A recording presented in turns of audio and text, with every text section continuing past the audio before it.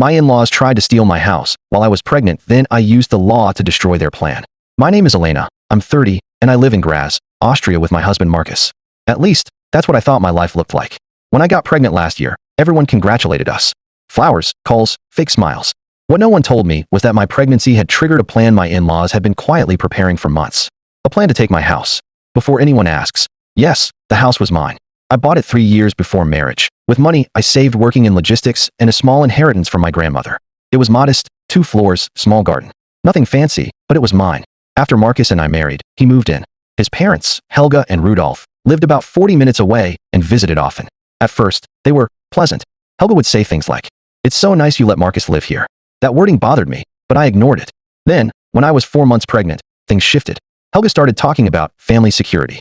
"When a baby comes," she said, stirring her tea, "property should belong to the family, not one person." I smiled politely. "It already does. Marcus and the baby live here." She laughed. "You know what I mean." A week later, Rudolf brought it up again. "Have you thought about putting Marcus on the deed? Just in case." "In case of what?" I asked. "Life," he said. "Anything can happen." I said no. Calmly. Clearly. That's when the pressure began. They started coming over unannounced. Helga criticized everything. What I ate. How I rested. How I planned the nursery. Then one afternoon, she dropped this casually. "We spoke to a notary. It's very simple to adjust ownership."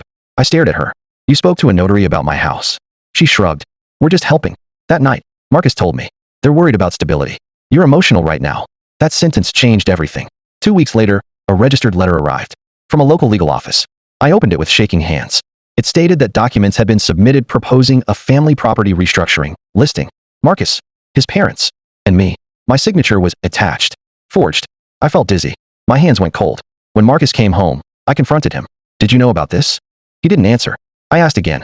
He finally said, "My parents said it was temporary. Just until after the baby." I laughed. Not because it was funny, because it was unreal. "You let them forge my signature?" He whispered. "They said you'd calm down later." That night, I locked myself in the bedroom and cried until morning. Then I stopped crying. Before logistics, I worked 2 years in contract administration. I knew exactly what forgery meant. I also knew one thing. If they wanted the